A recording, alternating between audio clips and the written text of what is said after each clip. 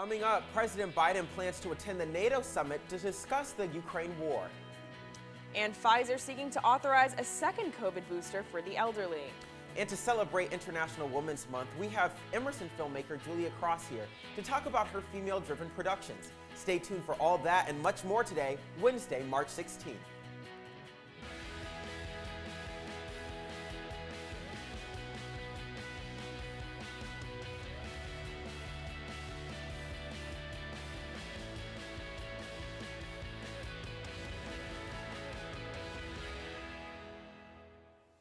And good morning, Emerson. Thank you so much for joining us on a Wednesday morning. I'm Wesley Days. Now, Madison Goldberg, we start off this morning with President Joe Biden's plans to travel to Brussels, Belgium next week to meet with world leaders regarding the Russian invasion of Ukraine. The NATO summit is set for March 24th, and Press Secretary Jen Psaki stated Tuesday that Biden will also be joining a European Council meeting to discuss ongoing deterrence and defense efforts. We've been incredibly aligned to date. That doesn't happen by accident. The president's a big believer in face-to-face diplomacy, so it's an opportunity to do exactly that. The aid requested by Ukrainian President Volodymyr Zelensky, including the establishment of a no-fly zone, appear to be off the table at this time, though the U.S. and its NATO allies have expressed intent to increase the existing resources. The Russian TV employee who went viral for interrupting a news broadcast to show support for the Ukrainian people will pay a fine for her actions. Marina Asvianakova, a video editor at a government-controlled TV station in Russia, held a sign that said, "No war. Vladimir Putin bears responsibility for aggression." On Tuesday, a court in Moscow fined Asvianakova 30,000 rupees, the U.S. equivalent of $270. Ukraine's President Vladimir Zelensky thanked Asvianakova for her courage. And Pfizer announced that they will be seeking authorization for a second dose of the COVID-19 booster shot for people 65 and older. If the FDA approves the second booster, it would become available to the most vulnerable first. This comes amid recent data showing that the booster shot's protection from the Omicron variant wanes after a few months, particularly in the elderly. At this time, COVID-19 vaccines and the first round of booster shots are available to anyone 12 and older.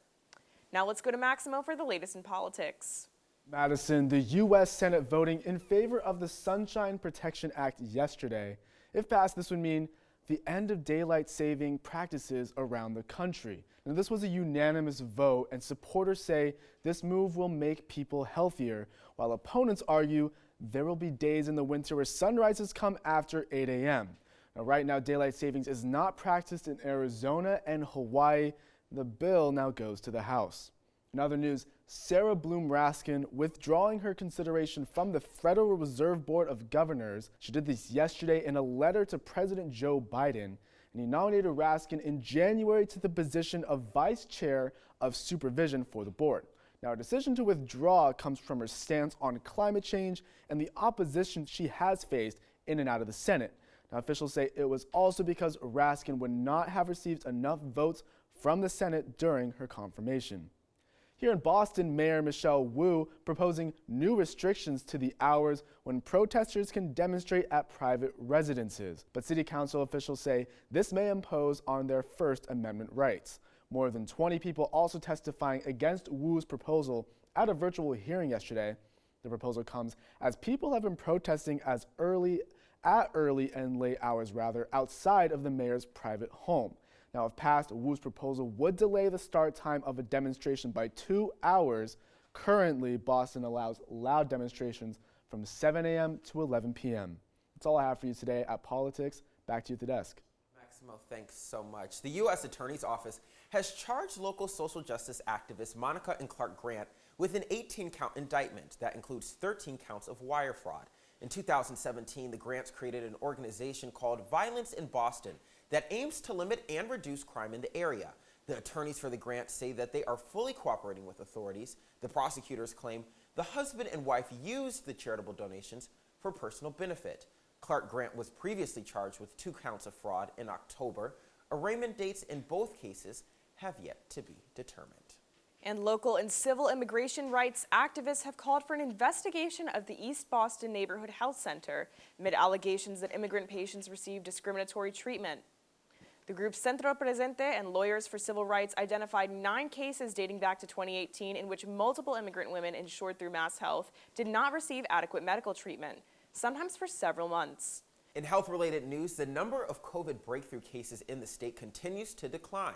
Massachusetts health officials reported 2,509 breakthrough cases, a 21% drop from last week's hospitalizations as well, have also decreased from 139 patients to 120 since last week. We now go to Josh Fergang with updates on the new COVID policies right here at Emerson College. Thanks, guys. With the effectiveness of vaccines and anti-COVID protocols, it seems that the virus is easing up here in Boston, allowing for citywide mask mandates to be lifted. It seems that Emerson College is following suit, allowing for masks to be optional in most of Emerson College spaces, including residential spaces. I'm here speaking to a couple of Emerson College students here in Boston to see what they think about the new mask changes. The college announced a variety of changes to its COVID-19 protocol in 2 community-wide communications sent out by college officials. The first communication advised students to take a rapid antigen test prior to the return to campus after the break, though it stated that the college will not require students to complete a negative test attestation. The second email detailed the permittance of fully vaccinated and boosted non-Emerson guests into the residence halls, as well as the end of campus mask requirements outside of the classroom. I personally think I will be removing my mask. If the school is able to manage it, I think it should be fine to take off the mask and mask optional areas. Since we're still getting tested and everybody's vaccinated, that, I'm kind of maybe hoping to return to more general life. The college will begin to move toward an approach in which it responds to the ebb and flow of the COVID virus as part of institutional operations. Emerson's decision came after Massachusetts Governor Charlie Baker loosened the state's mask mandate for fully vaccinated individuals. Despite the shift in requirement, some students will still opt for mask wearing due to caution. This is like the third time we thought it was the end, and it just got bad again. I think generally it's nice to maybe see somewhat of a return to a normal lifestyle. With masks no longer being required on most spaces on campus, it seems that we've been shifting away from the strict COVID protocols we've been seeing for the past 2 years and returning to the pre-pandemic reality. But we'll be sure to keep you updated if anything changes. For Good Morning Emerson, I'm Josh Fergang. Back to the studio. Thanks so much. The U.S. Environmental Protection Agency is prioritizing the cleanup of the lower Neponset River. The river runs through Boston neighborhoods like Mattapan, Hyde Park, and Dorchester. The lower Neponset has also been filed on the National Priorities List, a federal space that highlights the most contaminated areas in the country. EPA administrators say the 3.7-mile-long river has dangerous chemicals, including PCB, a carcinogen that can impact the immune system of animals. Further investigations into the river are expected to start later this year. Removal of the chemicals may start as late as 2024. We will have much more on climate change activism a little bit later on. But first, Danny Shojayi tells us about the new food court in Boston. Danny, good morning. Tell us what you have for us today. At the Financial District's High Street Market, 20 different vendors are stationed at one of Boston's largest, newest food halls yet. Here you can find fried chicken sandwiches, sushi, cocktails, donuts, tacos. Oh my, there is something for just about everyone. Located between 160 Federal Street and 100 High Street in the city's financial district, High Street Place features 20 distinct vendors across its 20,000 square foot floor space. Sal Bono is one of the many employees that was excited to see the hall open its doors. We expected it to be crazy when we opened initially 2 weeks ago, and the crowd surge has been ridiculous, but it's a good thing. It's a great environment to come in, no pressure, do as you please, feel at home, and enjoy it with your friends and family. Boston Mayor Michelle Wu attended the grand opening and expressed how excited she was to see the project bring life back into downtown. This High Street Place food hall is quite special. It will represent a collection of the city's most cutting-edge chefs and entrepreneurs, and a home for downtown to continue blossoming. While they were set to open in March 2020, the pandemic delayed the opening by 2 years. It's something that gave us more time to prepare and more time to set it up the way we really want to, and the opening was exactly what we expected. And despite its previous setbacks, High Street Market is finally bustling. For Good Morning Emerson, I'm Danny Shojayi. That looks absolutely delicious, Danny. Thank you. We're going to take a quick commercial break, but when we come back, we are joined by MIT's climate change activist and En-ROAD's climate ambassador, Kurt Newton, to discuss the Boston Green New Deal. Don't go anywhere.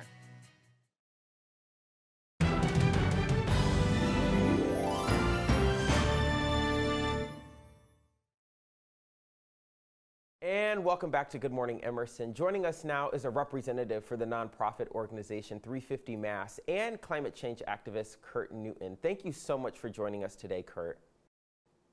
It's really a pleasure to be here with you. Thanks. So let's talk about the climate change policies you're involved with right now. And let's also talk about how you got involved in them. Sure. So I think like a lot of people for many years, I've been hearing about climate change. And I really wanted to believe, wow, the science is pretty solid. I hope the grown-ups in the room are like gonna do a good job here. And it became clear over time that that was not happening, and I needed to get out of my chair. Specifically around like 2014, 2013, there was this big conversation building about divesting college endowments from fossil fuels. I'm on staff at MIT, and I got pulled into that conversation. You know, and I was really like, suddenly it made sense when you see the amount of money and power that's attached to the fossil fuel industry, you know, how hard it's going to be to make the changes we need to in the face of that sort of power. And so that's what got me out of my chair. And now one of the policies that was heavily debated over in Washington is the Green New Deal, which asked for federal action to reduce greenhouse gas emissions, of course, but this failed to pass in the Senate. And locally here in Boston, we have Mayor Michelle Wu that signed an ordinance that signaled her commitment towards a localized version of this, which is known as the Boston Green New Deal. And now we know that you're involved in the building of this legislature. Can you detail what the main goals are and how it will accomplish them at this local level? Sure. Well, I mentioned, understanding climate change through a justice and equity lens. And really what the Green New Deal is doing is saying, look, a solution for climate change that doesn't also address the intersecting other issues that have produced this problem isn't really going to be a good solution. So, here in the city, the way that plays out is like, what are our biggest emission sources, right? Transportation and housing, and the challenges that we face here in the city around housing and transportation are substantial for, on a daily basis. People are living and struggling with this. And so the things that we do to improve the housing situation and the transportation situation for people are also climate solutions. And so, we're working, we're building a really broad coalition around the city of people who are grounded in neighborhoods, in particular sort of physical communities, with all other people who are approaching this on a kind of an issue by issue basis, and preparing to kind of meet the city. It's really exciting to have have a leader in Boston, in Michelle Wu, who's so invested in this. She's thought so deeply about it and is really putting the city on the course we need to be. And so we as citizens need to kind of meet her and her administration as it develops over the years to come. I also want to bring up a new piece of Massachusetts legislature, the Building Justice with Jobs Act by Representatives Robinson of Framingham and LaBeouf of Worcester. Can you tell us a little bit about the details of this bill and why the organization you're involved with, 350 Mass, has prioritized it so much? So Building Justice with Jobs Act says, look, let's recognize that this is worth a big kind of public shared investment. We have a shared interest in making improvement here. So the investments that we make in insulating our homes better, cleaning up the heating systems and the cooking systems, those investments, prioritize environmental justice, low-income communities. We're making, putting things in place, hopefully, that will slow down or prevent gentrification when these homes are upgraded. That's a big issue. The work that's being done on these homes needs to prioritize the workforce. Good labor practices, good union jobs woven in there as well. So it's a kind of a holistic approach to improving our affordable housing, the quality of our housing stock in Boston, done so in a way that pushes the cause of equity and justice to the front. Thank you so much for joining us today for this conversation, Kurt, and be sure to check out 350 Mass and all that they're doing here in the city. We are now going to go to a quick commercial break, but when we return, we have the latest on Tom Brady's retirement. Don't go anywhere, anyone. You're watching Good Morning Emerson right here on the Emerson channel.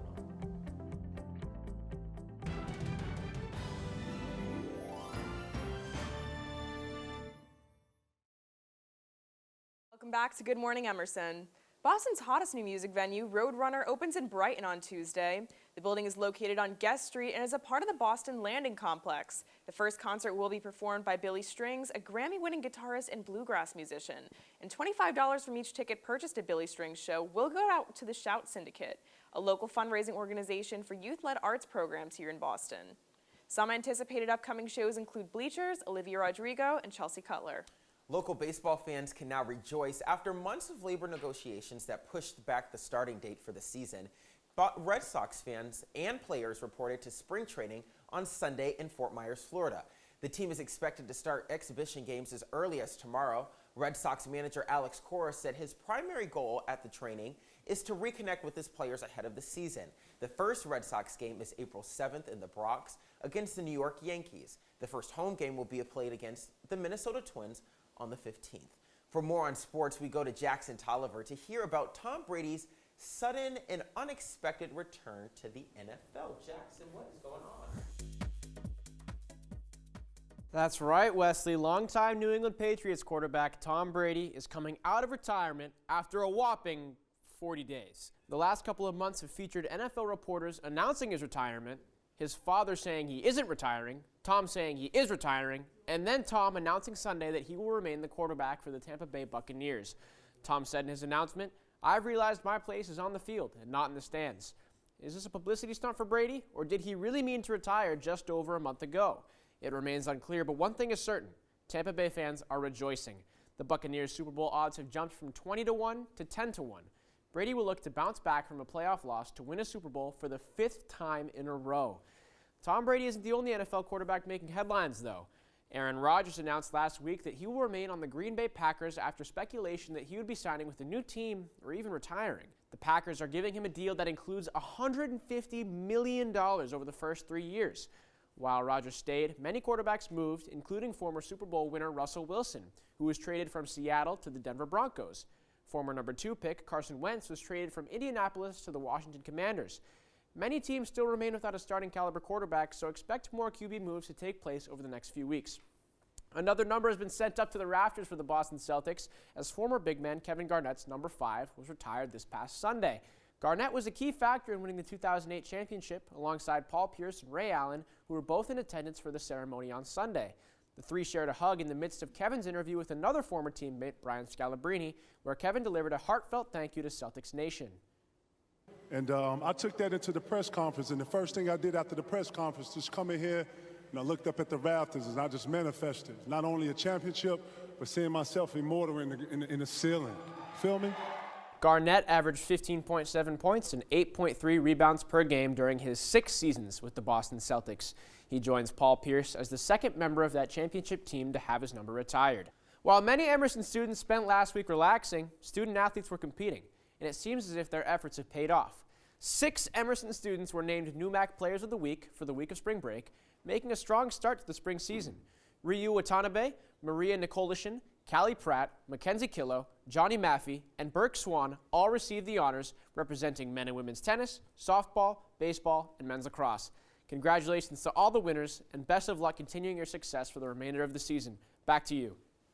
Great job, Emerson Lions. Now let's hear from our What's Trending correspondent, Caroline Reese, who visited the Selfie Museum right here in Boston. Caroline? Are you looking for a fun evening out with your friends? Well, look no further. I am at the newest location of Selfie World in Boston, the most Instagrammable museum that's taking college students by storm. So we are open from 12 to 9, Monday through Saturday. And then on Sundays, we're open 12 to 7. And then before and after hours, we also hold private events. So if anyone wants the entire space to themselves, whether it's for a birthday party, a corporate event, a photo shoot, video, a music video, or even like a product shoot, people do that as well. It's $25 a person, It comes with a regular ring light, which has a setting of bright white and more of like a yellow tone. And then you also get a Bluetooth remote. And then we also have a multicolor ring light, and that's an additional $7. Anyone that's a content creator, I think this is a space that provides plenty for them. And even if you're not and you're just looking for something fun to do, or like a date idea, it's a great place to come and just be yourself and have fun.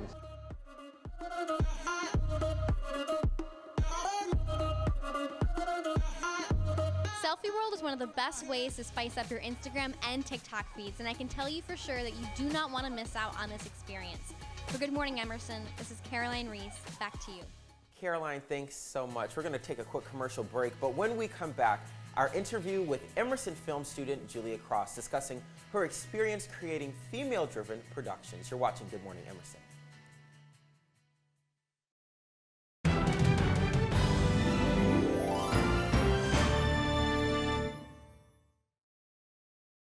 And welcome back to Good Morning Emerson. Since it's International Women's Month, what better way to celebrate than looking to female creators in the Emerson community? Today we are here with Julia Cross, a director, producer, and screenwriter of female-driven horror films. How are you doing? I'm good. How are you? Thank you so much for being here. Yeah, we're so glad that you were able to join us this morning. Thank you. So tell us, why is horror the genre that you specialize in to write and direct female narratives? Well, the horror genre kind of throughout all of history to me has really been a place where women have always kind of been at the forefront. You know, that doesn't discount the kind of just blatant misogyny that has run rampant in the genre, but it does kind of lay a good foundation for female-driven narratives that really explore the pains and fears that can come with growing up as a woman.